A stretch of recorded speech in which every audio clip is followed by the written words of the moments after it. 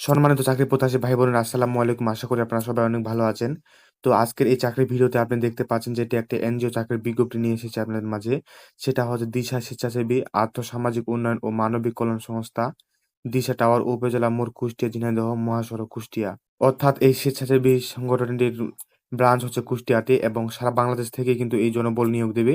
তো এখানে আমরা দেখতে পাচ্ছি মোট ৭টি পদে এখানে মোট ৩৫৫ জন নিয়োগ দেবে।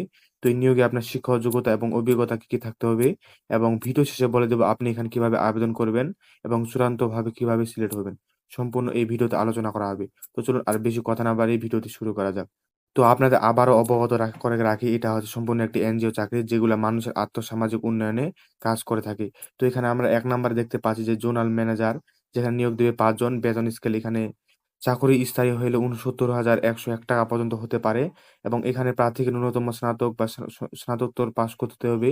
বয়স সর্বোচ্চ ৪৫ বছর। পিকেএস সহযোগী সংস্থা সর্বপর্যায়ে পদ কমপক্ষে ৫ বছরের ক্ষুদ্র অধ্যয়ন কর্মসূচি এবং ৮ বছরের বাস্তব অভিজ্ঞতা সম্পন্ন হতে হবে। তো এরপর আমরা ২ নাম্বারে দেখতে পাচ্ছি এরিয়া ম্যানেজার, যেখানে নিয়োগ দেবে ১০ জন। এখানে শিক্ষা যোগ্যতা এবং অভিজ্ঞতা রাখা হয়েছে। বেতন স্কেল এখানে রাখা হবে ৪০,০০০ টাকা। চাকরি স্থায়ী হলে ৫৯,২৪৫ টাকা রাখা হবে এবং প্রার্থীকে ন্যূনতম স্নাতকোত্তর বা সম্মান পরীক্ষায় পাস হতে হবে এবং বয়স ৪০ বছর ও পিকেসি সহযোগী সংস্থার সর্বপর্যায়ের কমপক্ষে ৩ বছরের অভিজ্ঞতা সহ কর্মসূচিতে ৫ বছরের বাস্তব অভিজ্ঞতা সম্পন্ন হতে হবে।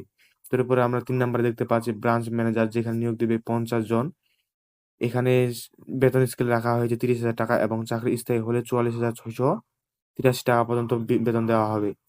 এখানে প্রার্থীকে ন্যূনতম স্নাতক বা সমান পরীক্ষায় উত্তীর্ণ হতে হবে। বয়স সর্বোচ্চ ৩৫ বছর এবং পিকেএসএস সহযোগী সংস্থার সর্বপর্যায়ের কমপক্ষে ২ বছরের অভিজ্ঞতা সহ কর্মসূচির চেয়ে বাস্তব ৫ বছরের অভিজ্ঞতা সম্পন্ন হতে হবে।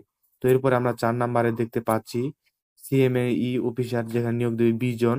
এখানে বেতন স্কেল এবং শিক্ষা যোগ্যতাও এখানে উল্লেখ করা আছে, যেখানে প্রার্থীকে ন্যূনতম স্নাতক পাস হতে হবে এবং বয়স সর্বোচ্চ ৩৫ বছর।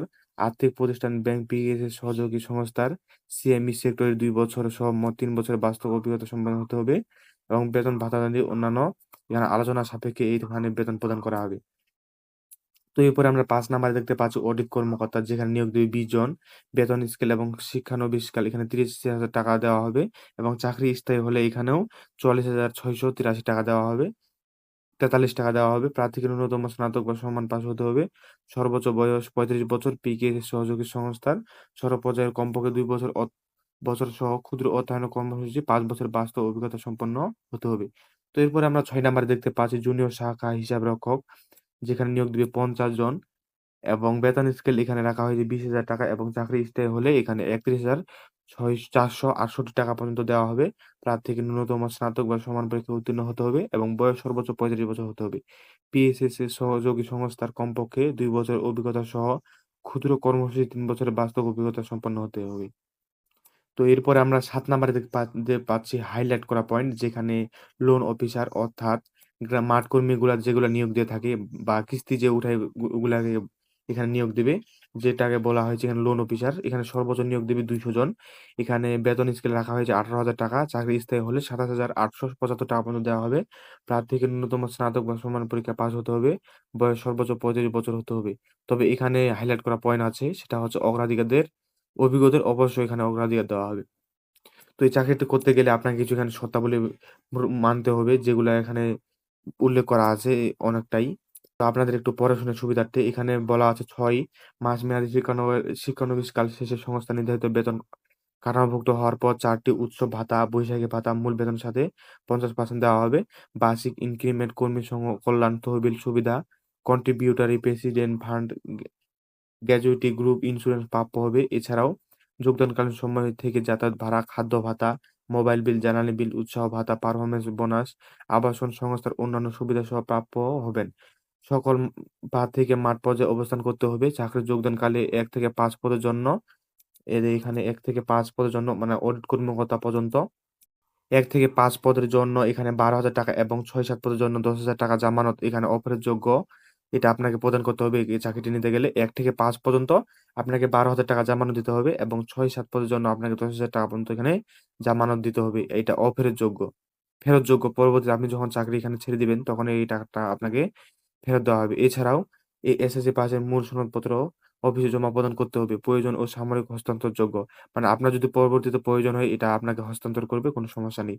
তবে আগ্রহী প্রার্থীকে স্বহস্তে লিখিত পূর্ণ জীবন বৃত্তান্ত সহ আবেদনপত্র, শিক্ষাগত যোগ্যতা সনদপত্রের সত্যায়িত অনুলিপি, জাতীয় পরিচয়পত্রের অনুলিপি, নাগরিকপত্রের সনদপত্র, সদ্য তোলা ৪ কপি পাসপোর্ট সাইজের রঙিন ছবি, সংশ্লিষ্ট কাজের অভিজ্ঞতার প্রমাণপত্র যদি থাকে, মানে যদি আপনি এর আগে কোনোখানে চাকরি করে থাকেন, সেগুলার প্রমাণপত্র ওগুলা এখানে সংযুক্ত করে দেবেন। এছাড়া মোবাইল নম্বর উল্লেখপূর্বক ৩০/৫/২০২৬ তারিখের মধ্যে উপপরিচালক মানব সম্পদ প্রশাসন, দিশা টাওয়ার, উপজেলা মোড়, কুষ্টিয়া, ঝিনাইদহ মহাসড়ক, কুষ্টিয়া বরাবর আবেদন করা বলা হলো। অর্থাৎ আজকে যদি ১৬ তারিখ হয়ে থাকে, আজ পর্যন্ত আরো এখানে ১৬ দিন আপনি এখানে আবেদন করতে পারবেন।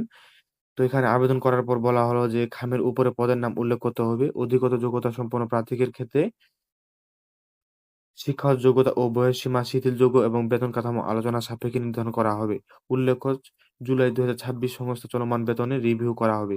তো এখানে হাইলাইট করা পয়েন্ট যেটা সেটা হচ্ছে যে আপনি যদি অধিক যোগ্যতা সম্পন্ন প্রার্থী হয়ে থাকেন তাহলে আপনার আপনার বেতন ভাতা যেখানে উল্লেখ করা আছে এগুলা থেকেও আপনার ভাতা আরো বেশি বাড়িয়ে দেওয়া হবে। তো এই ছিল আজকের এই চাকরির ভিডিওটি। এই চাকরির নোটিশটা যদি আপনি পেতে চান তাহলে অবশ্যই আমাদের এই YouTube ভিডিওর পিন কমেন্টে Facebook পেজের লিঙ্ক দেওয়া থাকবে। চাইলে আপনি সেখান থেকে আমাদের Facebook পেজ ভিজিট করে এই ভিডিওর পিন কমেন্ট থেকে এই নোটিশটি দেখে নিতে পারেন। আর এছাড়াও এই চাকরির নোটিশে বা বিজ্ঞপ্তিতে যদি আপনার আবেদন করতে যদি কোনোখানে আপনার বুঝতে অসুবিধা হয় তাহলে অবশ্যই কমেন্টে জানিয়ে দেবেন। ইনশাআল্লাহ আপনাদেরকে যথাযথভাবে বুঝিয়ে দেওয়ার চেষ্টা করব ইনশাআল্লাহ। তো আজকের এই ভিডিওটি এ পর্যন্ত। দেখা হবে পরবর্তী কোনো চাকরির ভিডিওতে।